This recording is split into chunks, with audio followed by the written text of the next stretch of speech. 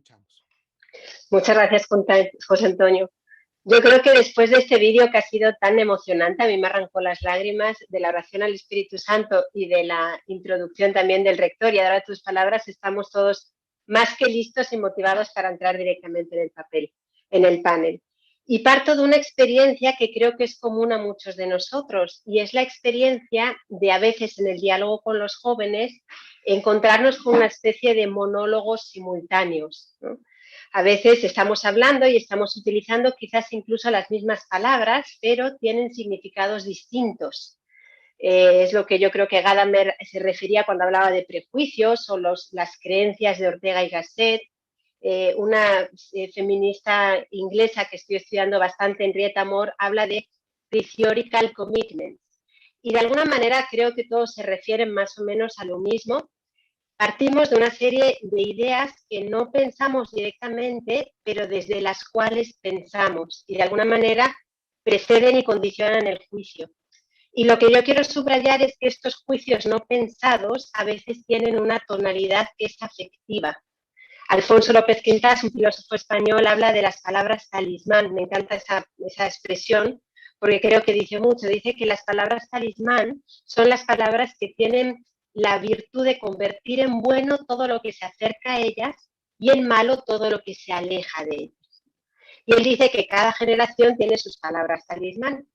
Y yo creo que cada generación, teniendo esas palabras talismán, encuentra la dificultad un poco de dialogar, y creo que eso es algo que se ha dado a lo largo de toda la historia, y al mismo tiempo creo que tenemos que reconocer, como seguramente ya ha salido a lo largo de estas intervenciones que me han precedido, que estamos viviendo no solo una época de cambios, sino también un cambio de época. Y creo que hay muchos que han descrito en qué consiste este cambio de época y este cambio de paradigma.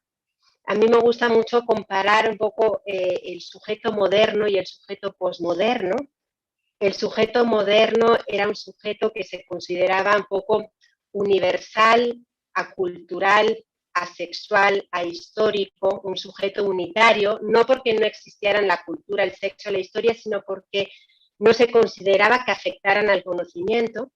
Mientras que el sujeto posmoderno es, en cambio, un sujeto que se ve como producto cultural, que es histórico, que es fracturado, no es ya unitario, que es múltiple, que es género. Y la idea que yo quisiera transmitir hoy es muy sencilla.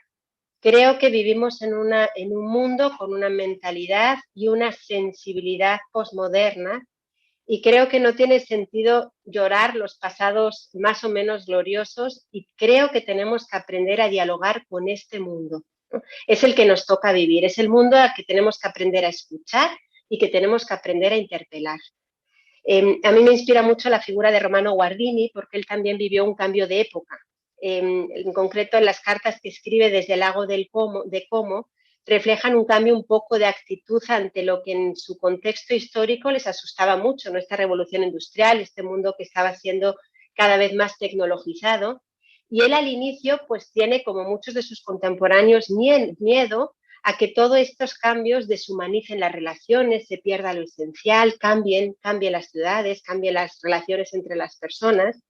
Y sin embargo, la respuesta final de Guardini es muy clara. Dice, tenemos que decir un sí a nuestro tiempo. Y eso supone, y él lo desarrolla, superar la tentación del aislamiento, del juicio, superar también las nostalgias, y es lo único que nos abre al encuentro, ¿no? Y yo creo que esto es una actitud profundamente cristiana, porque estoy convencida de que Dios hace siempre presente en el aquí y ahora, o ahora, con estas circunstancias, con este mundo posmoderno, con estas categorías. Hoy es el momento favorable para predicar la nueva buena, hoy es el momento favorable para educar. Creo, es más, que cada generación trae las heridas de su tiempo, y por tanto también trae con ellos el antídoto. Y esto es una convicción que a mí me hace mirar con muchísima esperanza, porque están heridos de las heridas de su contexto, pero también ellas son la respuesta que el mundo necesita, porque aportan algo que la generación, que es la misión o la aportación específica de su generación.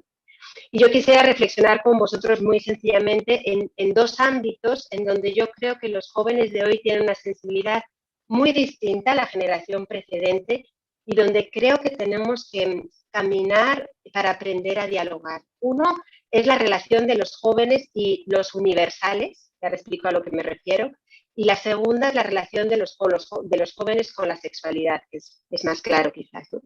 Pero empiezo con la relación con los universales, porque creo que es un aspecto donde jóvenes y adultos, me coloco en la generación de los adultos, tenemos una sensibilidad muy distinta, ¿no? Porque hay palabras como verdad, naturaleza, identidad, que en los adultos tienen un atractivo, ¿no? Y nos atraen, nos mueven, son valores que nos mueven, que nos estimulan. Y mi sensación, no sé cuál sea la vuestra, pero mi sensación es que los jóvenes muchas veces perciben estos términos de verdad, naturaleza, identidad como impositivos, casi violentos, como totalitarios. Y no solo no les atraen, sino que a veces incluso les producen rechazo, ¿no? Y creo que esta sensibilidad tiene su génesis. Algo que he estudiado un poco más de cerca es la influencia de la Escuela de Frankfurt. En concreto, solo he estudiado a fondo 3 autores, Horkheimer, Adorno y Marcuse. Y me llama mucho la atención cómo Horkheimer y Adorno, en la dialéctica de la Ilustración, afirman que la lógica que rige la razón es la lógica del dominio. La lógica que rige la razón es la lógica que domina. Y después Adorno, en la dialéctica negativa, desarrolla más esta idea y dice que el concepto, fijaos, es el principio opresor. Y me parece muy interesante cuando él explica el motivo. Dice que el concepto es una categoría que es universal y que pretende enjaular la particularidad de lo real. Y entonces lo real, lo concreto, lo existente se queda como asfixiado en esta universalidad abstracta, ¿no?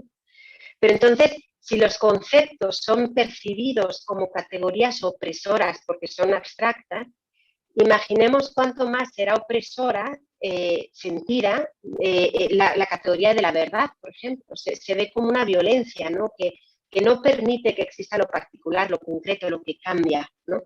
Y Adorno además dice que la lógica que rige el concepto, esta lógica de la opresión, es la misma que rige el principio de la identidad.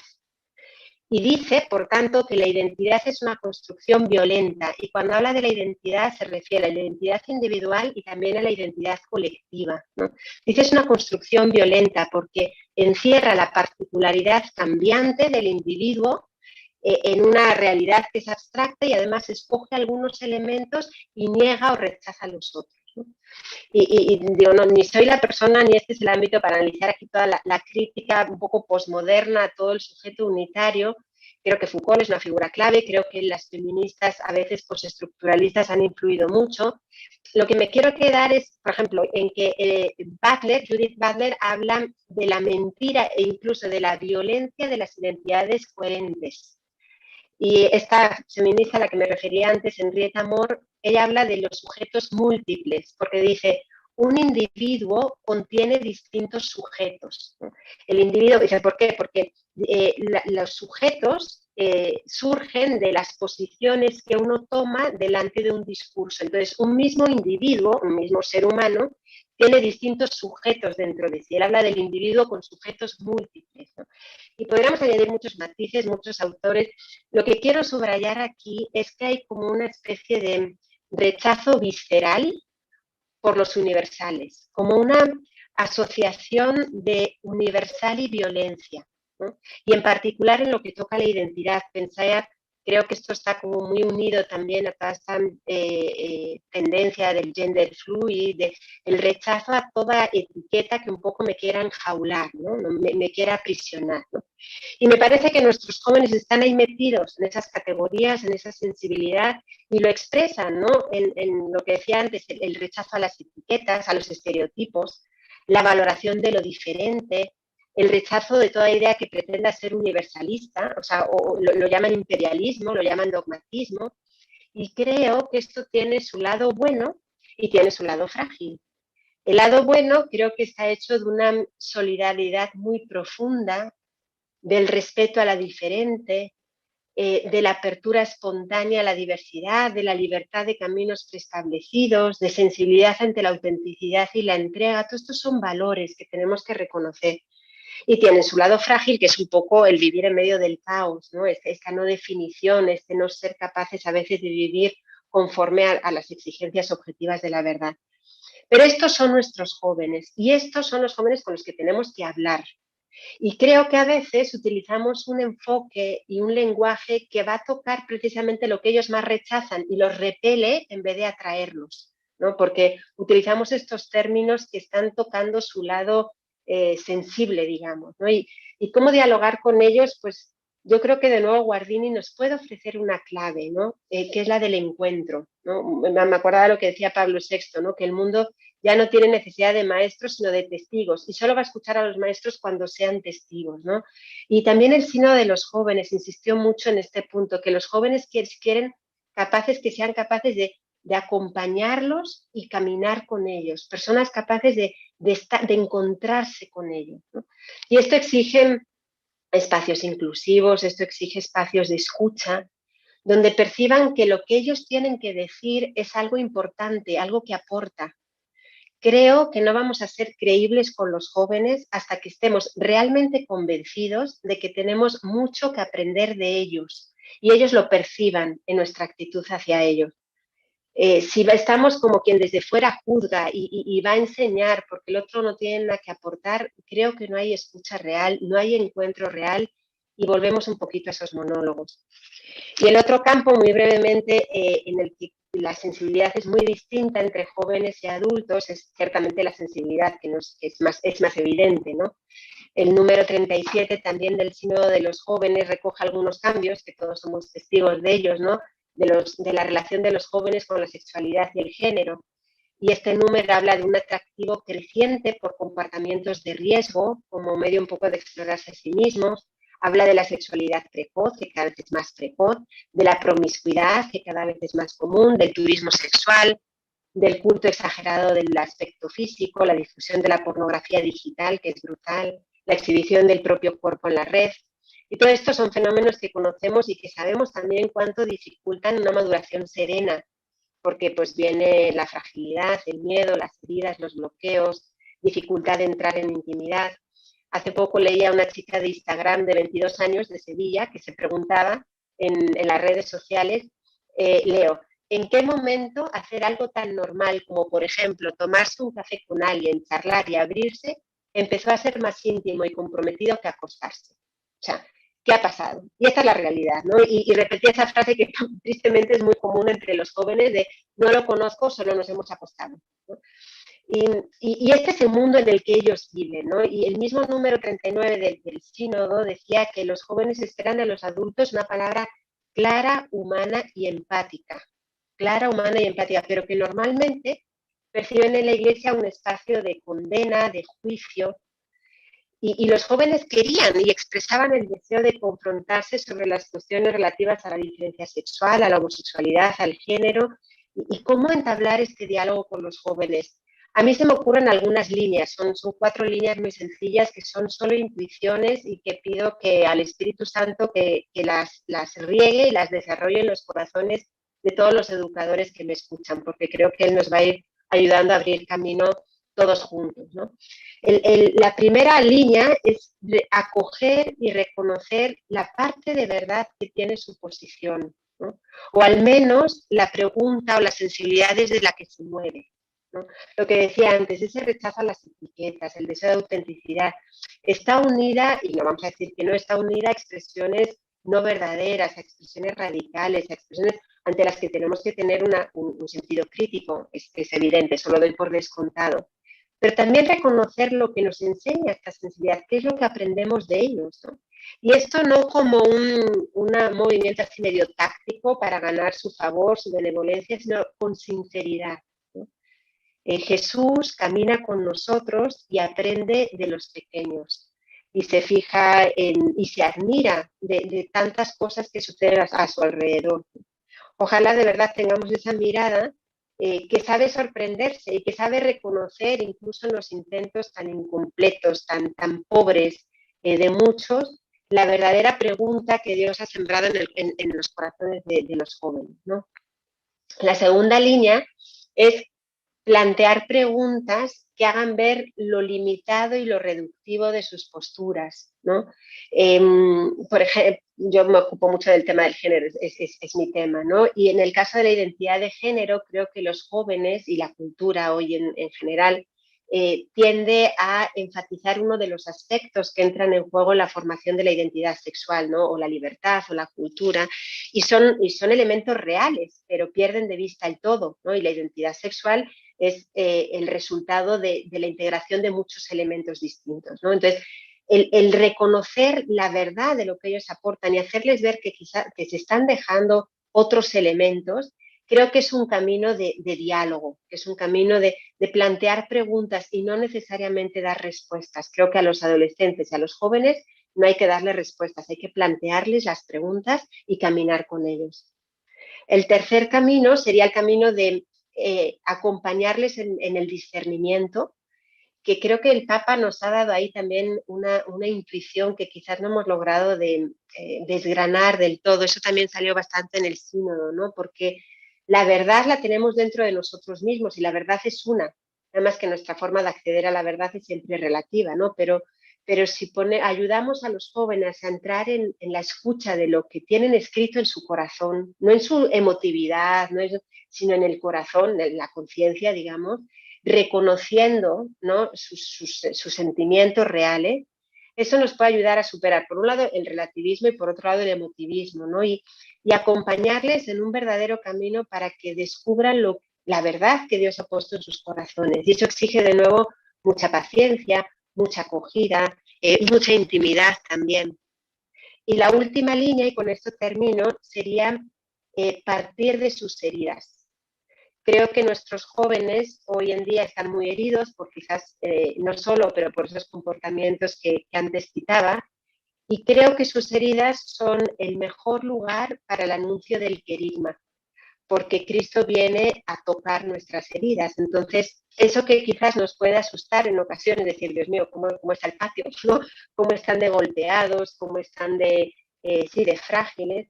Creo que ese es el terreno donde Dios viene a anunciar, donde Dios viene a tocar, donde Dios viene a transformar sus llagas, ¿no? En llagas luminosas.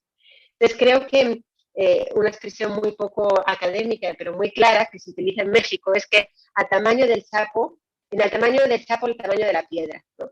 Entonces, al tamaño, traduciéndolo en este contexto, al tamaño de las heridas de nuestros jóvenes, está el tamaño de la gracia sanadora de Dios que quiere tocar y transformar estas heridas. Y creo que ese es un lugar también de encuentro, ¿no? Resumiría toda esa pequeña aportación con un decir sí a nuestro tiempo. Nosotros somos los que tenemos que aprender a hablar el idioma de nuestro tiempo, que no significa no ser críticos, no señalar las reducciones, eso lo doy, repito, por descontado, pero sí ponernos en camino como quien acoge, como quien escucha realmente y como quien descubre que el que tengo delante es alguien a quien yo tengo mucho que enseñar, pero también tengo mucho que aprender, porque solo juntos podemos ser respuesta a los desafíos de nuestro tiempo. Muchas gracias. Muchas gracias, Marta. Y ahora le doy la palabra al padre José Víctor Orón, quien está conectado desde Madrid, España.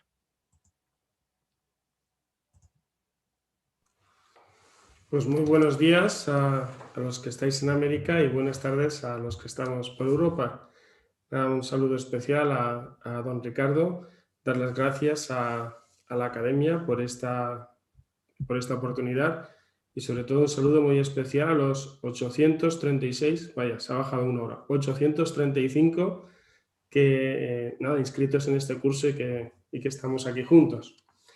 Bien, yo la reflexión que quería trabajar con vosotros va a empezar por el título que se me ha dado, que es un poco profundizar y conocer por qué se da esta distancia intergeneracional y de esta distancia pasar a lo que es un debate educativo, una reflexión sobre la urgencia educativa que yo creo que existe ahora. Bien, sobre esta distancia intergeneracional hay una cosa un poco curiosa y es que parece que se tiene que asumir que tiene que existir esta distancia. Es decir, que los padres o la sociedad adulta va con unos esquemas, con unos valores, con unos proyectos, con unos ideales y que la sociedad que le sigue, ¿no? La generación que le sigue de jóvenes parece que tiene que ir con otra distinta. Bien, esto no es cierto. Esto no es cierto. Esto ocurre en unos sitios sí y en otros sitios no. Entonces, aquí se han hecho estudios. ¿Por qué hay países, por qué hay regiones donde la distancia intergeneracional es muy grande y parece que estamos hablando de varios mundos dentro de del mismo país? ¿Y por qué hay otros en los que hay una gran cohesión? Y sí, se notan formas distintas, porque un joven tiene formas distintas a un adulto, pero están muy alineados, en una línea perfecta, buscando un mismo propósito. Entonces, cuando se han hecho estudios, se descubre que el hecho de existir distancia o no distancia intergeneracional depende de la propuesta que haga la sociedad adulta.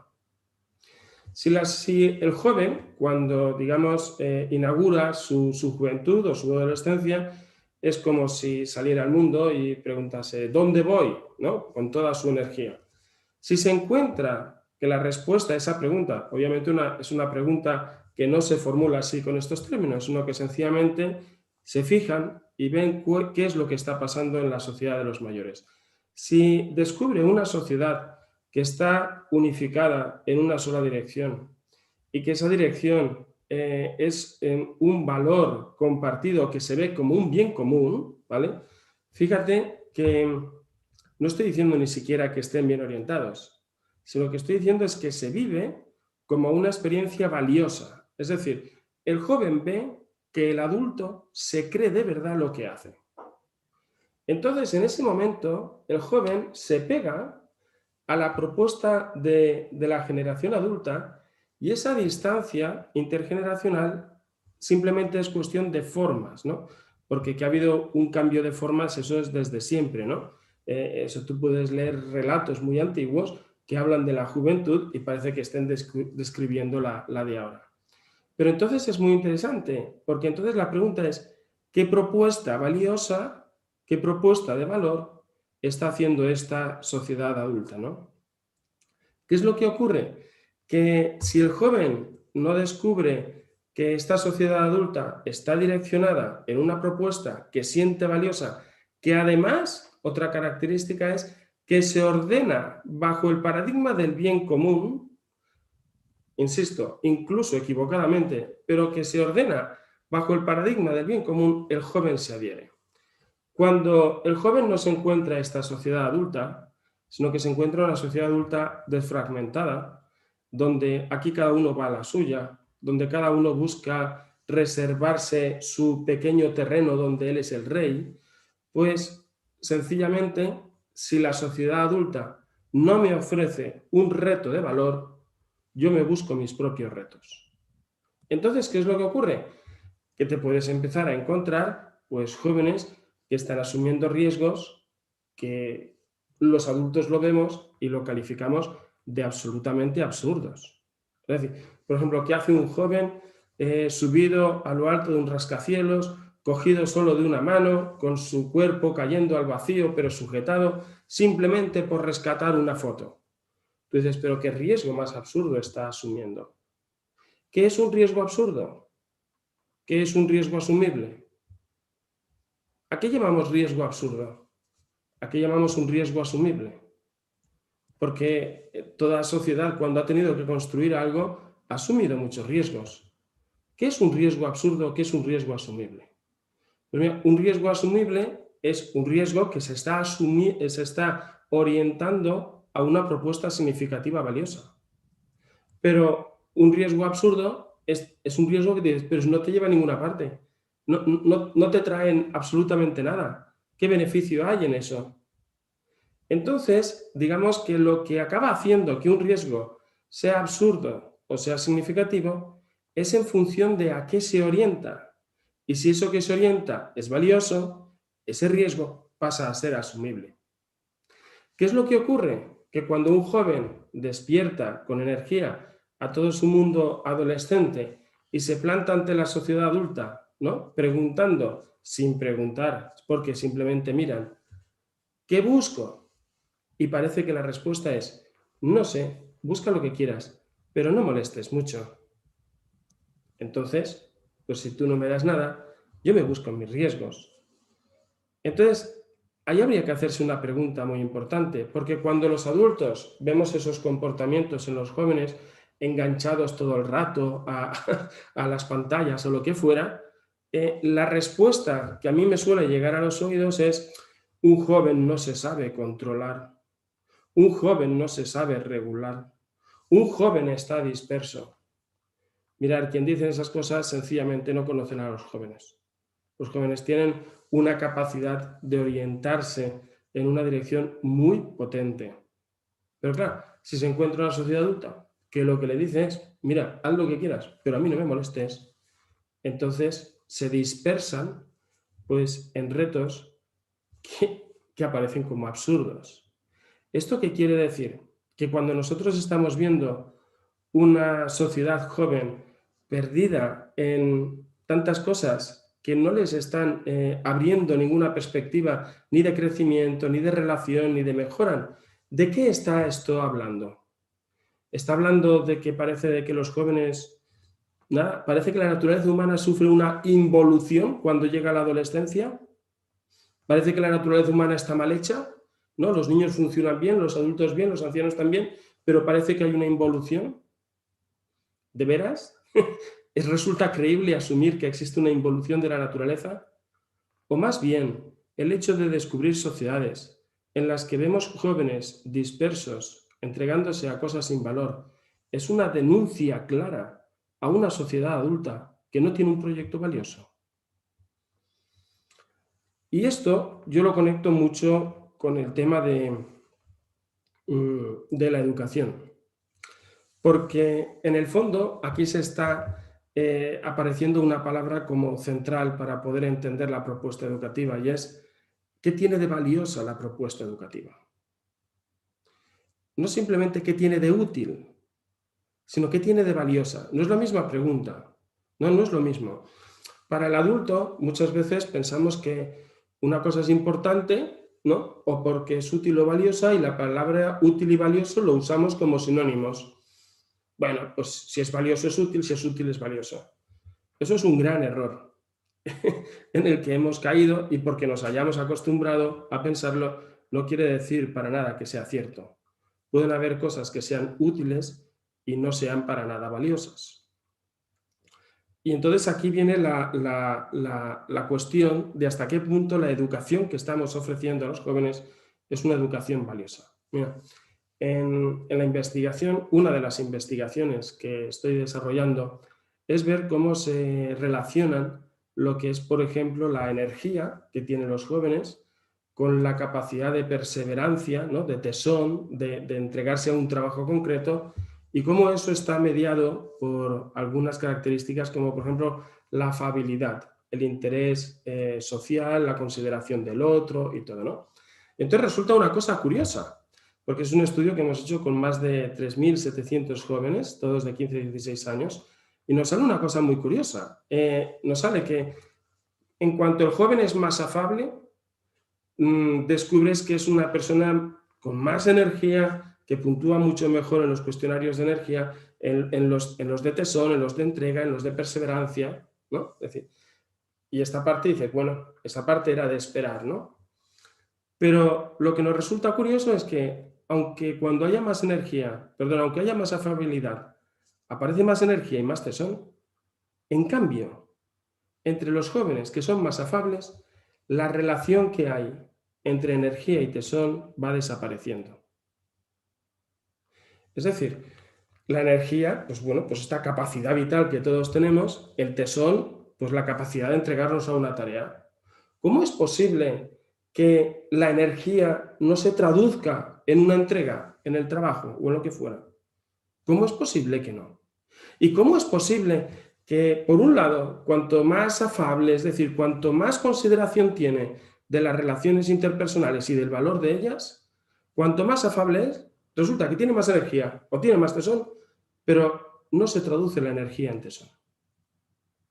Cuando aparecen cosas así, como siempre, los adultos interpretando las cosas, lo que hacemos es echarle culpas a los jóvenes, diciendo, claro, es que andan dispersos con sus intereses sociales. ¿Y por qué no lo leemos al revés? ¿Por qué no lo leemos que estamos haciendo una educación que no es valiosa? Y por tanto, si no es valiosa, ¿para qué voy a traducir toda mi energía en tesón? Cada vez son jóvenes más desmotivados, más descreídos. Entonces, esto me parece que es absolutamente fundamental para poder entender qué propuesta educativa estamos haciendo ahora. Hoy en día, da igual por cualquiera de los países, mira, ya hemos subido a 843. Bueno, pues da igual por cualquiera de los países donde están los 843, que en todos los países se está haciendo una educación centrada en competencias. Es decir, una educación centrada en utilidades. Pero eso no quiere decir que sea una educación valiosa. Existen distintas formas de entender la educación. Hoy en día, la forma reinante de entender la educación es que, bueno, el profesor te ayuda, ¿no? Porque él ya tiene la competencia, yo ya sé matemáticas, él te ayuda a que tú hagas tu camino, a que tú adquieras ese control y dominio sobre la competencia. Fijaros, es una educación, a mí me parece horrorosa, porque fijaros lo que está haciendo. Está instrumentalizando la relación entre el profesor y el alumno para ponerla al servicio y en función del dominio que tiene el alumno sobre la competencia. Es decir, sobre un proceso de autoconstrucción. Porque se programa, se interviene, se evalúa, todo por competencias, en la medida que tiene ese poder sobre el objeto que tiene que poseer, ¿no? ¿Y qué es lo que ocurre? Y la relación interpersonal ha quedado instrumentalizada en favor de la adquisición de la competencia. Yo creo que hace falta, y creo que aquí viene la urgencia educativa, otra forma totalmente distinta de entender la educación, que en el fondo es radicalmente novedosa hoy en día, pero no tiene nada de nueva, porque es la educación que se ha propuesto desde siempre. Y es que uno podría decir, ¿pero para qué queremos aprender matemáticas? Mira, esto lo decía Whitehead, que se dedicó toda su vida a enseñar matemáticas, era profesor de matemáticas en Oxford, hasta que se jubiló y pasó a profesor de filosofía en Harvard. ¿Para qué estudiamos matemáticas? ¿Tú crees que las matemáticas necesitan que alguien las estudie para que se haga grande? ¿Que el número 2 está solo y perdido por la habitación? Por favor, que alguien me estudie. Es una estupidez pensar que yo voy a estudiar matemáticas para hacer grandes las matemáticas. Estudiamos matemáticas porque eso nos ayuda a vivir mejor juntos. Nos ayudan a vivir mejor juntos. Entonces aparece otra forma de comprender la educación, que es la que está incrustada en la tradición humanista y cristiana, que es considerar que la adquisición de la competencia es un instrumento al servicio de una finalidad, que es la mejora de las relaciones interpersonales. Mirad, hoy en día la educación centrada en las competencias es una educación absolutamente esquizofrénica, porque está instrumentalizando la relación a favor del autodominio y la autoconstrucción del sujeto en la adquisición de la competencia y luego espera que salga una sociedad mejor. ¿Por qué? Si tú al niño, desde que llega al colegio hasta que sale a la universidad, lo que está viviendo es que las relaciones interpersonales son instrumentalizadas y aquí el objetivo es la autoconstrucción, ¿por qué esperas que en la vida profesional vaya a actuar con otros criterios? Es decir, si la adquisición de la competencia no es ya una oportunidad de mejora de las relaciones interpersonales, el ejercicio profesional de la misma no va a estar puesto al servicio de una sociedad mejor.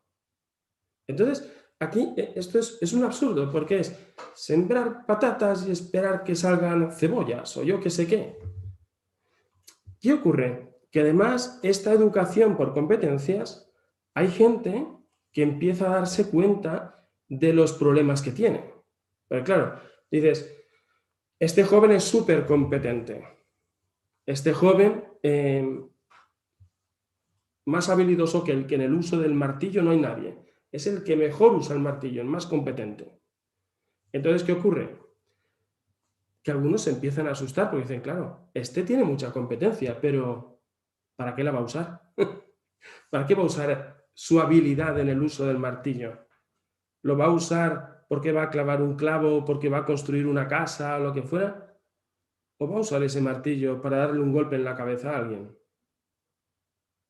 Entonces, esta limitación de la competencia, que además es una cosa que se ha colado en la educación por la puerta de atrás, porque no es un término educativo, eso viene de la revolución industrial, viene de ahí. No es una palabra creada en educación. Entonces, claro, mucha gente se está dando cuenta de que esto de la competencia es un yo. Y entonces muchos dicen, tenemos que arreglarlo. Tenemos que arreglarlo.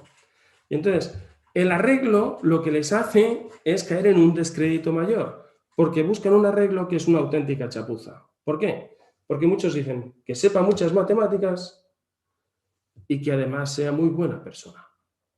Necesitamos complementar la educación técnica y competencial con otras educaciones, pues centrada en los valores, con la clase de religión, con lo que fuera, porque si no, claro, y si usa el martillo para ir abriendo cabezas. Entonces, ¿qué es lo que ocurre? Que esta solución es una auténtica chapuza y descrédito. ¿Por qué? Porque también te encuentras, ¿no?, muchos papás que mandan a sus hijos al colegio y dicen, lo mandan al colegio de curas o al colegio de monjas y dicen, mira, tú estudia muchas matemáticas que allí te las enseñan muy bien, pero de lo otro, tú olvídate. Porque ellos complementan desde su cosmovisión del mundo, pero tú y yo, hijo, complementamos desde otro lado. Entonces, esta educación por complementos acaba siendo un boomerang que viene en contra, porque si es verdad que era tan importante ese complemento, ¿por qué no estaba antes? ¿Por qué aparece como un complemento? Entonces necesitamos sencillamente una educación lógica. Lógica quiere decir que si tú quieres manzanas, planta manzanas, no plantes otra cosa. ¿Qué se trata? Que si la adquisición de la competencia, repito la frase de antes, es ya una oportunidad para la mejora de las relaciones interpersonales, entonces el ejercicio profesional de la competencia ya en la vida social adulta, pues va a estar al servicio de una sociedad mejor. Entonces no se trata de saber muchas matemáticas y además ser muy buena persona, sino que se trata de que la adquisición de las matemáticas sea eso, la oportunidad de mejorar las relaciones interpersonales, la oportunidad de trabajar el autoconocimiento, la oportunidad de tomar decisiones existenciales. Claro, cuando dices esto, claro, uno lo escucha y normalmente, bueno, ahora diréis, pero de ordinario la gente dice, pero si esto es muy lógico, si tú quieres manzanas, planta manzanas. Pero luego surgen muchas preguntas, ¿y esto cómo lo hago? ¿Y qué hago? Porque ahora tengo que me están agobiando con que tengo que cumplir este currículum y de todo. Mirad, en el fondo, entrar en este modelo supone entrar en confianza en las relaciones interpersonales con el alumnado. Que lo que hoy ocurre es que la verdad es que en la mayoría se entra en una obsesión por tener controlados todos los indicadores que tienen que salir, lo cual es un absurdo, por otros motivos que tampoco voy ahora a tratar porque se nos dispara. Entonces, pero esta educación es posible, pero donde hace falta incidir, y esto es, si antes os contaba, ¿no?, pues he hecho un comentario, una investigación que realizo desde el Centro SLAM, pues desde la formación Up to You que hacemos, pues se plantea precisamente cómo poder hacer realidad este cambio. Y la clave está en la formación del profesorado. Hoy la formación del profesorado, yo no tengo ningún rubor y ningún pudor en decir que es malísima, en cualquier rincón del mundo. Antes lo han dicho en mi currículum, dice, bueno, es ingeniero de caminos, ingeniero civil, dicen en América, no lo llaman así. Dicen, yo sé lo que exigen para trabajar con un pedazo de piedra y un metal. Y también sé qué es lo que exigen para trabajar con un ser humano en su proyecto educativo. Yo creo que todo el mundo aceptará que es mucho más difícil trabajar con una persona que con una piedra, porque con una piedra lo que tú hagas es lo que vas a ocurrir. Pero en educación es todo muchísimo más complicado, porque lo que tú quieres es que ese niño sea auténticamente autor de su vida. Entonces, ¿cómo promocionar una autoría que suponga crecimiento interpersonal, mejora de las relaciones? Es muchísimo más difícil, pero los requerimientos que hay son muy pobres, son muy pobres. Y casi todas las formaciones, tanto a nivel universitario como a nivel extrauniversitario que se ofrece a los colegios, está centrada en cuestiones muy cognitivas, muy de planificación, muy de ordenación, muy comportamentales, muy de indicadores, muy de metodologías. Y ahí volvemos otra vez a hacer el ridículo, pensando que una metodología va a suponer innovación y novedad en un colegio, cuando la innovación y la novedad, o mejor dicho, la calidad del acto educativo, no está marcada por la metodología, sino por el modelo educativo que hace presente el educador. Entonces es necesario trabajar en la formación de educadores. Insisto, es una formación que está desatendida. ¿Qué es lo que ocurre? Insisto, el joven, ¿por qué no se traga? ¿Por qué no comulga con esta propuesta educativa dominante? ¿Por qué existe este factor de desmotivación? Pues lo tenemos en todo esto, que lo que estamos ofreciendo, el adulto confunde lo que es la utilidad y el valor. Un joven no lo confunde, es más inteligente, es mucho más inteligente. Los adultos estamos acostumbrados a hacer argumentos de utilidad. Hijo, ponte el casco, porque así, si coges la moto y tienes un accidente, no te matarás. Hijo, estudia, porque así podrás entrar a la prepa, al bachiller y luego a la universidad. Todos esos son argumentos de utilidad, no son argumentos de valor. Además, le decimos cosas que él ya sabe, por lo cual el joven podría decir, me estás tratando de tonto, yo ya lo sé lo que me estás diciendo. Porque tú le dices, ponte el casco, así no te matarás. Pero el joven te podría devolver la pregunta y decirte, ya papá, ¿y tú para qué quieres vivir?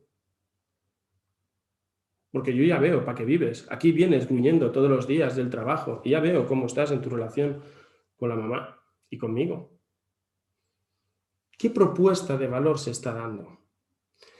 Mirad, hay un último engaño que quisiera descubrir para urgir a la necesidad de una nueva educación. Y es que hay gente que dice, bueno, si al menos educamos en cosas útiles, pues oye, algo vamos haciendo, ¿no? Toda pedrada fa pared, ¿no? Toda la piedra va sirviendo a construir una pared, ¿no? Con cualquier piedra vamos construyendo parte del muro, vamos haciendo algo. Mira, eso es falso. Eso es falso. Porque lo útil, si lo útil no está al servicio de algo valioso, se vuelve inútil. Lo útil no se justifica a sí mismo, porque precisamente es eso, lo útil es útil para algo, lo valioso es valioso en sí. Entonces, hacer cosas útiles que no estén orientadas a un propósito valioso, es que eso es un sinsentido, es un absurdo. Esto muchos filósofos de educación lo han dicho. Os insisto que esto puede resultar muy rompedor con lo que existe hoy en día. Por eso he dicho que esto es una propuesta novedosa, pero no tiene nada de nueva. Porque ya se ha dicho, incluso desde la filosofía de la educación, con toda tranquilidad, que si los medios no sirven para hacer presente ya la finalidad de la educación, los mismos medios, en lugar de trabajar cooperativamente para la construcción de esa finalidad, lo que ocurre es que trabajan en oposición y se disgregan entre sí. Por eso, hoy más que nunca, yo creo que la sociedad de los jóvenes está reclamando una educación valiosa y no simplemente útil. Y yo creo que esto es como el cierre, ¿no? El eslogan con el que podríamos cerrar esta presentación y luego pues nada, ya profundizaremos un poco más en toda la parte de preguntas que se abran. Muchas gracias. Muchísimas gracias, padre. Quiero comentarles que la profesora Marta Rodríguez se tuvo que retirar porque se le cruzó con otra actividad. Sin embargo, vamos con el tiempo de preguntas y de diálogo. Han llegado muchísimas. por las dos exposiciones. En general todos han comentado que les ha llamado mucho la atención y están muy contentos con las ponencias, y le agradecemos al padre José Víctor que se va a quedar para este momento de diálogo. Le voy a dar la palabra a continuación a 5 personas para que hagan sus preguntas directamente, y si le parece bien al padre, después de este primer bloque contesta él, y después si tenemos un segundo momento para un segundo bloque. Entonces, en este momento van a hacer sus preguntas Adriana Ontiveros desde México, el padre Juan Gabriel Alfaro desde Costa Rica, la hermana Ana Domitila Pérez desde Guatemala, Ramón Belmar desde Chile y el padre Luis Rojas desde Colombia.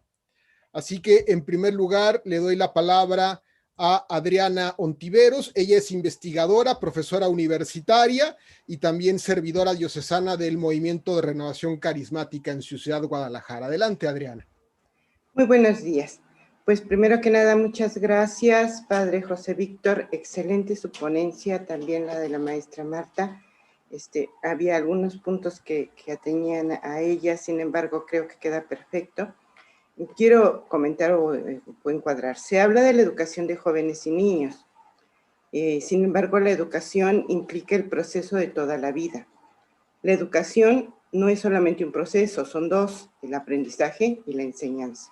Y estos dos procesos los jugamos todos, o sea, todos somos aprendices y todos de alguna manera enseñamos. Desde el bebé en la cuna está enseñando a sus padres. Aquí el problema que se presenta en los adultos y en los que nos creemos maestros es que estamos enseñando al otro cuando nosotros también tenemos que aprender. La pregunta sería, ¿qué hacer para que los adultos seamos capaces de asumir nuestra diaria necesidad de educarnos y cómo organizarnos para tener una comunicación realmente colaborativa que nos ayude a crecer como personas para ser capaces de acompañar a las nuevas generaciones a ser personas? Creo que la finalidad de la educación es Gracias, Adriana. Les recuerdo que tienen hasta minuto y medio para que puedan todos intervenir. Le doy la palabra al padre Juan Gabriel Alfaro, doctor en filosofía, capellán y profesor universitario de la Universidad Católica de Costa Rica. Muy buenos días. Muchas gracias, padre José Víctor, por su exposición y también la de la profesora Marta. Muy interesante. No, yo quería referirme, bueno, era una pregunta directamente a la profesora Marta, pero bueno, dado que se retiró, hago un comentario.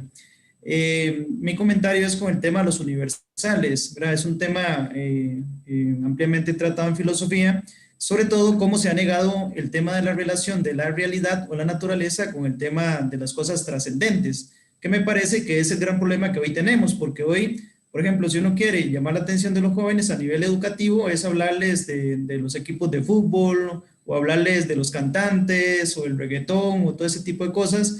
Pero si uno, por ejemplo, le habla de temas como la verdad, la bondad, ¿verdad? Lo bello, digamos, lo hermoso del mundo y demás, pues obviamente le dicen, como a San Pablo, que se vaya con ese cuento para otro lado, ¿verdad? Que se vaya con ese canto para a otra dimensión. Entonces, mi pregunta para la profesora Marta era eso, ¿verdad? ¿Cómo lograr hoy llegar a los jóvenes que viven en un mundo materialista y que han erradicado de su pensamiento, de su ideología, el tema de lo trascendente, ¿verdad? Muchas gracias. Gracias, padre. Ahora le doy la palabra a la hermana Ana Domitila. Ella es religiosa guatemalteca, directora de colegio, miembro de la pastoral educativa de su diócesis. Adelante, hermana. Buenos días. Es una alegría para mí el poder compartir con cada uno de ustedes y escuchando pues la ponencia sobre estos temas tan importantes, viendo que vivimos en una época de cambio donde la fe pues como que queda muy rezagada o un punto aparte. Mi pregunta es, ¿cómo educar en la fe a los jóvenes que no quieren saber nada de Dios ni de Jesús? Porque para ellos no existe eso. Gracias. Gracias, hermana. Le doy la palabra a Ramón Belmar de Chile. Ramón es director regional de la Junta Nacional Escolar y Becas del Gobierno de Chile y docente de aula. Adelante, Ramón. Buenos días, antes que todo, saludar al cardenal Ricardo Asati. Un placer de verdad, cardenal. saludar a José Antonio, que en realidad lo ha hecho excelentemente bien, lo felicito, y obviamente al padre José Víctor, que en realidad me impactó lo último que dije, pero mi pregunta inicial era en relación a Marta con respecto a la identidad de los jóvenes, que hoy día lamentablemente se van, no todos, pero algunos encantados por los adultos en lo fácil, y que nos encontramos con un proceso de involuntariedad de los jóvenes respecto a cómo conseguir las cosas. Y creo que nosotros, los adultos, lamentablemente hemos ingerido en que estos jóvenes se acercan a ellos. Entonces, ¿yo cómo acerco a la fe frente a estos jóvenes que están entre lo bueno y lo malo, con líderes que no son positivos? ¿Cómo llego con ellos a pesar de los esfuerzos que muchas veces hacemos a lo largo? Y termino en un último segundo, porque me impactó mucho lo que dijo el padre Víctor Orión. Yo tomé mi doctorado, estoy a punto de ya egresar con el tema mi tesis con respecto a educación y gestión educativa, y que lo habló sobre el modelo educativo. Estoy muy de acuerdo en ello. Quizá en desacuerdo en razón de que los profesores, yo llevo como 30 años profesor rural, sí tienen un buen factor de ayuda. Yo empecé el año 84 y creo que el modelo educativo está marcado por algo que es importante, y la identidad, lo que decía Marta, la identidad profesional, cómo llegamos a ser quienes somos. Y creo que ahí es importante que los gobiernos del mundo logren entender que la identidad se da por el factor de que uno quiere hacer algo, no busca su alcance o no a tenerlo. Eso es, gracias por la posibilidad, y realmente muy emocionado esta hoy día con ustedes acá, teniendo la posibilidad de opinión. Gracias. Gracias, Ramón. Ramón está desde la zona de Aysén, que es una zona extrema de Chile. Le doy la palabra ahora al padre Luis Rojas. Él está conectado desde Medellín, Colombia. Es rector de colegio, profesor universitario y coordinador del Centro de Estudios Teológicos Benedicto XVI. Son algunas de las responsabilidades que ha tenido. Padre. Muy buenos días desde Colombia, concretamente de Medellín, Antioquia. Un saludo muy especial al señor cardenal, su eminencia Ricardo Esati desde Chile, a usted José Antonio Rosas desde Chile también como moderador en este espacio virtual, en esta sala virtual, y cómo no a todos nuestros compañeros participantes de este Seminario Internacional de Educación Católica en el Impacto Educativo Global. Y evidentemente un saludo muy especial a todos los panelistas que desde el sábado pasado nos han orientado, y a los de hoy, a la doctora Marta Rodríguez desde Roma, toda la visión de la Iglesia Universal orientando en este tema de la juventud y específicamente de la educación. Y al padre José Víctor Orón desde España, cordial saludo. Mi pregunta es la siguiente: ¿en qué líneas debería sustentarse nuestro trabajo educativo y de pastoral para formar la conciencia de los adultos que purifique sus pensamientos relativistas y secularistas, para poder orientar a los jóvenes con coherencia y trascendencia en el espíritu de la donación, y así lograr un proyecto de vida de ellos de entrega, de renuncia, y sobre todo para, en el bien común, en la línea del bien común, fortalecer la humanidad en la civilización del amor. Muchas gracias. Muchas gracias, padre, y le doy la palabra a Herminio Bello desde Venezuela, coordinador de pastoral de la Fundación La Salle. Muy buenos días para todos. Un saludo fraterno desde Venezuela. Pues un agradecimiento muy particular a todos los que tienen la responsabilidad en la organización de este seminario, como un espacio privilegiado para encontrarnos a nivel del tema de la educación. Gracias también a los panelistas del día de hoy por sus valiosos aportes. De verdad que queda en mi corazón las palabras claves como el acompañamiento y las relaciones interpersonales. Quisiera compartir una pregunta, y es: ¿qué pasos podemos seguir dando en la comprensión de las culturas juveniles, teniendo en cuenta que son muchas las culturas juveniles? ¿Qué pasos podemos dar para la comprensión de esas culturas para cortar esta brecha generacional indispensable para afrontar los desafíos de la educación en el mundo actual? Gracias, un saludo desde Margarita, Venezuela. Ah, qué bonito, una isla bien bonita. Muchas gracias. Y le doy finalmente la última palabra, y con eso va a ser entonces el único bloque, padre, para tenerlos todos juntos. Le doy la palabra a la hermana Inés Rosario Casas. Ella está desde Perú, carmelita misionera y responsable de pastoral de la educación de su diócesis. Adelante, hermana. Buenos días y gracias por la oportunidad de participar en este seminario sobre todo hoy que se está en realidad, ¿no? De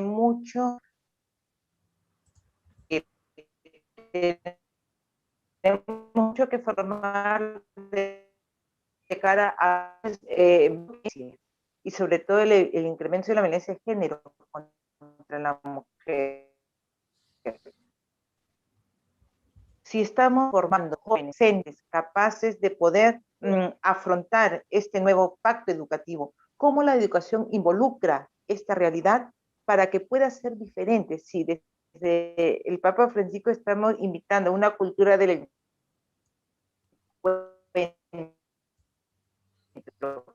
una convivencia de la fraternidad, los programas de educación apuntando a ello. Si se ve que hay un incremento de violencia, ¿no será que tenemos que replantearnos la forma de educar? Lo que decía la doctora Marta era muy importante. Quizás seguimos educando a nivel de contenidos, conocimientos y no desde el corazón.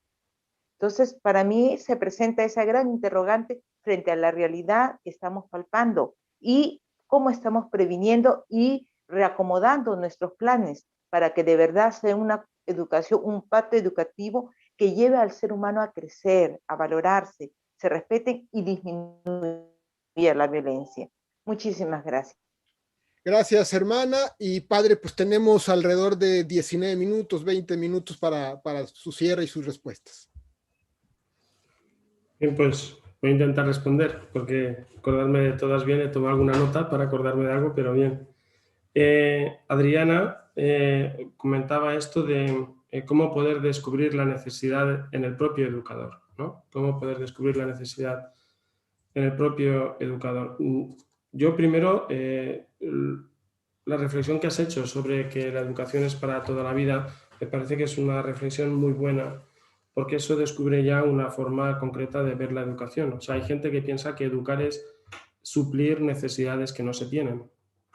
Cuando alguien piensa así, la educación solamente es por un periodo de tiempo, porque ya tengo cubierta la necesidad, porque ya soy competente y la educación desaparece. Pero asumir una educación para toda la vida, que yo lo comparto totalmente, y que es la línea que señala Adriana, pues es descubrir que educar es hacer que crezca nuestra naturaleza humana, y eso ya no está circunscrito a una edad, eso es de toda la vida. Entonces, ¿cómo el educador puede descubrir eso? Pues simplemente de una forma muy fácil, que es descubriendo las insuficiencias que tienen sus propuestas actuales. Pero para eso lo que hace falta es no coger una postura defensiva, ¿no? Porque es que cuando el adulto somos muy expertos en coger posturas defensivas, incluso echarle la culpa al otro, ¿no? Porque gritamos a un niño, el niño te dice, ¿por qué me gritas? Y le decimos, porque tú me has puesto nervioso. Eso es mentira. Eso es mentira. Pero siempre encontramos un argumento para no darnos cuenta. Es decir, parece que se está cayendo el castillo y el análisis que se está haciendo constantemente es que el joven es el culpable. Ese es un error muy grande, ese es un error muy grande. Es decir, cuando nos ponemos a repasar los modelos educativos, eso lo vivo día a día en las formaciones de UpToYou, cuando nos ponemos a repasar cómo se está conceptualizando las cosas, los grandes errores que hay, uno ve cómo cuestionar todo esto, uno ve cómo se va cayendo ciertas asunciones que uno tenía puestas, ¿no? Entonces, yo creo que la primera parte va a arrancar desde ahí, desde la formación, desde una postura, desde luego, una postura previa que requiere cierta humildad, que es reconocer que tal vez uno esté equivocado, porque si no, lo único que va a hacer es más de lo mismo, ¿no? De forma similar, aunque Juan Gabriel no ha hecho referencia a mi intervención, pero se parecía en alguna parte a la de Domitila, porque dicen, bueno, ¿cómo poder acercar a la fe a quien dice que no quiere ni siquiera creer? ¿O qué pasa con estos grandes ideales? Mira, a mí me parece muy bien que los jóvenes no acepten los grandes ideales. A mí me parece muy bien. Porque resulta que lo que encuentran es una alta inconsistencia entre aquellos que dicen tener grandes ideales. Lo que quieren los jóvenes son grandes realidades, no grandes ideales. Fíjate, cuando se le educa a uno, ¿no? Y dice, no, vamos a hacer la familia, vamos a hacer la familia ideal, la familia cristiana, donde todos se quieren, donde todos se perdonan. Y estamos haciendo una educación a la búsqueda de ideales. Yo creo que eso es realmente hacer el ridículo. Porque lo que el joven necesita no es que su familia sea una familia ideal. Lo que yo necesito es que cuando yo entre a mi casa y cierre la puerta, tenga algún recurso para acoger a mi padre real. O sea, el crecimiento no es por ir a la búsqueda de un ideal. El crecimiento empieza por la acogida de la realidad. Entonces es muy necesario. Entonces, a mí a veces viene un joven y me dice, José Víctor, yo ya no creo en Dios. Digo, ahí va, ¿y eso por qué? ¿Y eso por qué? Bueno, te lo empieza a contar, cuando te lo empieza a contar, y digo, claro, o sea, lo que se está haciendo trizas y se cae es tu forma de comprender a Dios. Y yo digo, es como si te pusieras el traje de la primerita comunión, ¿no? Que es como, aquí en España antes iba vestido de marinerito, ¿no? Pero, ¿no? Te digo, cuando te ponías el traje de la primera comunión, si tú ahora con tus 18 años te pones el traje de la primera comunión, lo revientas. Pues eso estás haciendo con tu forma de comprender a Dios. Para tus problemas reales de la vida adolescente, estás queriendo usar tus comprensiones de Dios de cuando eras pequeñito. Es normal que se caigan. Es normal que se caigan. Y entonces aquí viene una cosa también muy importante y es, ¿qué proponemos? ¿Qué proponemos? Porque antes en uno de los vídeos mientras estábamos esperando, creo que eran unos 10 minutos antes, José Antonio ha hecho una intervención que yo le he dicho, pásame ese vídeo, porque ha hecho una síntesis buenísima. Entonces, que el cristianismo no es ninguna formación de ideales. Que no es eso, que es una cuestión de presencias, de encuentros, de relaciones interpersonales. Entonces, claro, ¿tú quieres proponer algo de valor? Pues dime qué propones. Claro, lo que necesitamos de verdad es una propuesta del encuentro. Y entonces, si se formula en clave de fe, esto es muy sencillo. Llevemos a los niños a las presencias donde está el Señor y ya está. O sea, ¿por qué dos personas se van a querer? Si ya lo decía San Agustín, pues porque se conocen, pues preséntalas. Claro, si nosotros, claro, aquí que puede haber una crítica muy grande, porque si nosotros en el fondo desconfiamos, porque también se ha hablado de la belleza, si en el fondo desconfiamos de la belleza de Dios, yo le voy a decir a un niño lo que tiene que hacer para amar a Dios. Si yo pienso que el niño es una especie de deficiente espiritual y pienso que en el fondo Dios no es amable, yo en mi intervención religiosa lo que le voy a decir al niño es lo que tiene que hacer en la experiencia religiosa con Dios. Y entonces, no, yo te voy a enseñar a amar a Dios. ¿Pero esto qué es? O sea, si yo sé por mi propia experiencia que quien conoce a Dios le quiere, y yo sé que el niño no es un deficiente espiritual, lo único que tengo que hacer es favorecer encuentros. Bueno, esto lo decía San Ignacio en los ejercicios espirituales. Lo creía firmemente. Os cuento una experiencia que para mí es muy bonita, y que tiene que ver con todo esto, ¿no? Pues haciendo oración con los niños, pues era con niños muy pequeños, ¿eh? Eran niños de unos 5 añitos, una cosa así, 5 o 6 añitos, ¿no? No me acuerdo, una cosa por ahí, ¿no? Y entonces digo, vamos a entrar a la capilla y digo, bueno, ¿sabéis quién está dentro, no? Antes de entrar. Y dicen, sí, está Jesús. ¿Y qué hacemos cuando entramos a un sitio y hay alguien? Dice, hombre, pues saludamos. Ah, pues nada, pues vamos a saludar. Y entonces cada niño va, les gusta mucho la ceremonia, y va y hacen su saludo, cada uno a su estilo, sus formas, en silencio. Y luego yo les pregunto a los niños, ¿alguien quiere contar cómo ha saludado a Jesús? Bueno, tú dices eso, todos quieren hablar. Eso es... Todos empiezan a decir, Jesús, yo te quiero mucho. Jesús bonito. Jesús, yo te doy mi corazón. Y sale un niño y dice, el lápiz es azul. Y yo quedo así. Yo le pregunto al niño, azul. Y el niño me dice todo convencido, azul, azul, el lápiz es azul. Digo, bueno, yo creo que este niño me está tomando el pelo, pero me callo, porque no sé. Acaba la oración, vuelvo a clase, le pregunto a la profesora, oye, que yo creo que este niño me estaba tomando el pelo. Fíjate lo que me ha dicho, el lápiz es azul, es como saludar a Jesús. Y entonces veo a la profesora que se emociona. Entonces digo, ahora ya sí que yo no entiendo nada. ¿Qué quiere decir esto? Me dice, no, es que es un niño al que le cuesta mucho leer. Mucho leer. Y escribir, ¿no? No me acuerdo, ya se pierde en el tiempo la memoria. Y esta era la primera frase que había dicho sin ningún error. Este niño estaba yendo a Jesús y le estaba entregando lo mejor que había podido fabricar. Imagínate que yo le digo, no se dice, el lápiz es azul. Se dice, gracias Jesús, yo te quiero mucho. Claro, ¿qué estaría matando al niño, literalmente. Estaría matándolo.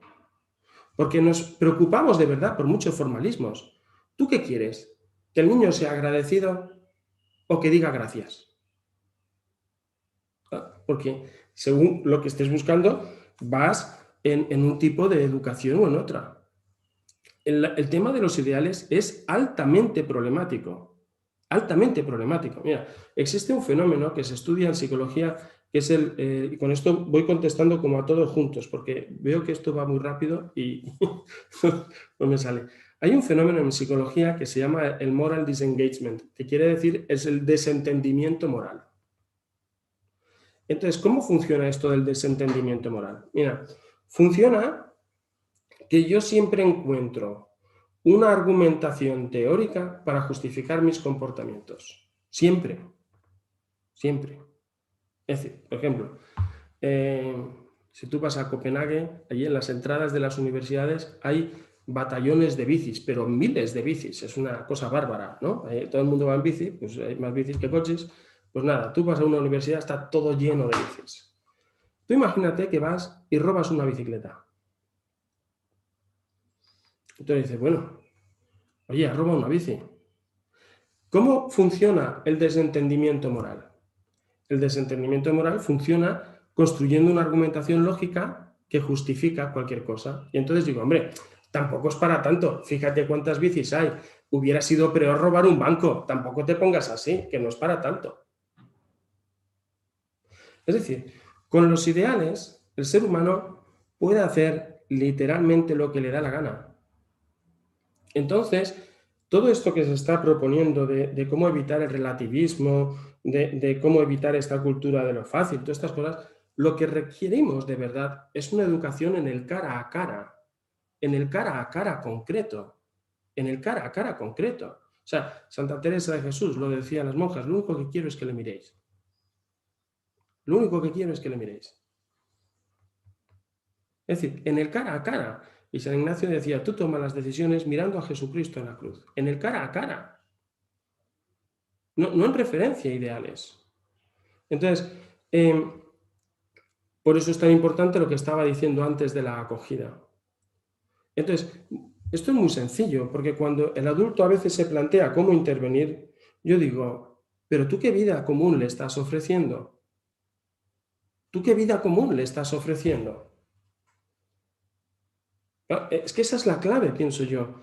¿Qué vida común le estás ofreciendo? ¿No? Porque, por ejemplo, imagínate que el hijo suspende, una cosa que me preguntaban hace unos pocos días, el hijo suspende porque no le ha dado la gana estudiar y el padre coge y le dice, mira, hijo, tú has decidido estar de vacaciones todo el año, pero tú no me amargas a mí mi verano, porque yo de justicia me merezco mi descanso. Así que tú te quedas castigado y yo me voy. Te pones a estudiar. Digo, bueno, ¿pero tú qué vida le estás ofreciendo? Digo, ¿por qué no te quedas tú con él a estudiar? Dice, no, es que entonces me castigo yo. ¿Cómo que te castigas tú? O sea, ¿qué perversión de la mente es esa? O sea, ¿estás entendiendo que pasar el tiempo con tu hijo es un castigo? Porque vamos a pensar que es verdad, que el joven ha suspendido porque ha sido un perezoso, porque ha sido un zascandil y ha ido por ahí paseando de flor en flor sin hacer nada. Muy bien. Pero si él te necesita, ¿por qué leemos como castigo la vida compartida? ¿No? Un joven puede ir de flor en flor, paseando, y un adulto puede ir de trabajo en trabajo exactamente igual. Podemos tener jóvenes floreando y adultos floreando. Lo que pasa es que se florea de forma distinta. Entonces la pregunta a hacernos es, ¿qué vida común estamos ofreciendo? ¿Qué vida compartida estamos ofreciendo? Y por otro lado, al final también salía el tema de la identidad y el tema de la violencia. Mira, están muy relacionados el tema de la identidad y el de la violencia. Porque si resulta que un joven no le da la respuesta a la pregunta de quién soy yo, si yo no soy por lo que soy, si yo soy porque le veo valor a mi vida y a mis relaciones, le voy a dar una respuesta a la pregunta por la identidad, del quién soy yo. Pero si yo no soy por lo que soy, porque no encuentro respuesta a esa pregunta, ¿qué ocurre? El joven es por lo que tiene. Pero esto no es un problema del joven, el adulto igual. Un adulto puede ser que no tenga identidad, no sepa bien quién es. Y entiende su identidad desde su posesión. Y eso lo he visto en el mundo académico y universitario, de eso hay mucho también, ¿eh? Que por ser doctor, eso no quiere decir nada, ¿eh? No quiere decir nada. Hay gente que construye su identidad por su posesión intelectual. Y te encuentras que no puedes hablar con esa persona. Porque si le tocas su posesión intelectual, como no es lo que él es, lo es por su posesión intelectual, entonces siente su vida en peligro y la defiende. Y no puede entrar en diálogo. Pues lo mismo le pasa a un joven. Entonces, ¿qué es lo que ocurre? Que si yo no soy por lo que soy por lo que tengo. ¿Y qué tengo? Mira, pues puedo tener novia, puedo tener esta chica. ¿Y qué es lo que ocurre? Que las posesiones se defienden. Luego el joven que no tiene una identidad queda incapacitado para una experiencia de relación de uno a uno. Y entonces va a ir apareciendo todo este fenómeno de violencia. Porque las posesiones se defienden. Pero si resulta que yo no necesito poseer ninguna realidad, porque lo que vivo es en la confianza de las relaciones interpersonales, entonces todo esto va a ir desapareciendo. Pero necesitamos realmente saber, ¿no? Porque es que, ¿qué estamos ofreciendo? Porque es que se está construyendo una educación adultocéntrica, donde el niño, el joven y el anciano parece que están descolocados. Y aquí el punto de referencia es el adulto. De hecho, el maduro. ¿Pero quién ha dicho que el adulto es el maduro? O sea, ¿por qué entender la madurez así? Por ejemplo, ¿por qué no entender la madurez como la persona que tiene recursos para que en su situación concreta afrontar los retos que tiene? Pero si todos entienden el paradigma del adulto, va a haber problema. La clave, y cierro, creo que vuelve a ser centrarnos en la relación interpersonal. Yo pienso de verdad que salir de la relación interpersonal es patológico, pero patológico. O sea, siempre me ha llamado la atención este poema, ¿no? Que dice que no te quiera el Señor, ¿no? Por el cielo que quiera conquistar o por el miedo que tenga del infierno, porque aunque el cielo no lo tuviera o estuviera en el infierno, dice, porque tú me mueves. Tú me mueves. Es una persona, es un cara a cara. No es otra cosa. Salir de la relación interpersonal, patológico.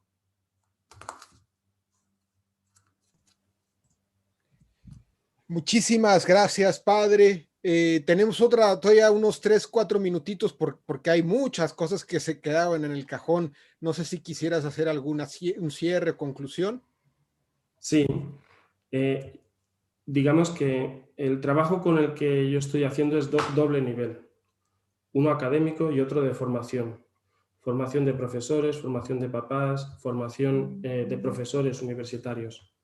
Entonces, porque de verdad creemos que esta propuesta es posible hacerla realidad. Es posible hacerla realidad, pero hace falta abrirse a una transformación personal. Por eso nosotros ofrecemos formaciones. Entonces, yo creo que en el WhatsApp ibas a poner a disposición de todos una formación que empieza ahora el 20 de marzo, ¿no? porque en el fondo yo puedo enseñar los ríos sin saber los ríos, pero yo no puedo ayudar a otro a hacer caminos de proceso de crecimiento personal si yo mismo no estoy en proceso. Y eso es lo que necesitamos todos y eso es lo que trabajamos en la formación, que ojalá pues muchos de vosotros pues podáis hacerla, porque desde luego la sintonía es muy grande. El otro día cuando escuché al cardenal Esati, puse sus palabras y puse un subtítulo: yo creo que el cardenal está haciendo propaganda de Up to You, porque estaba diciendo las mismas cosas que solemos decir. Entonces es una alegría encontrarme con tanta sintonía. Muchísimas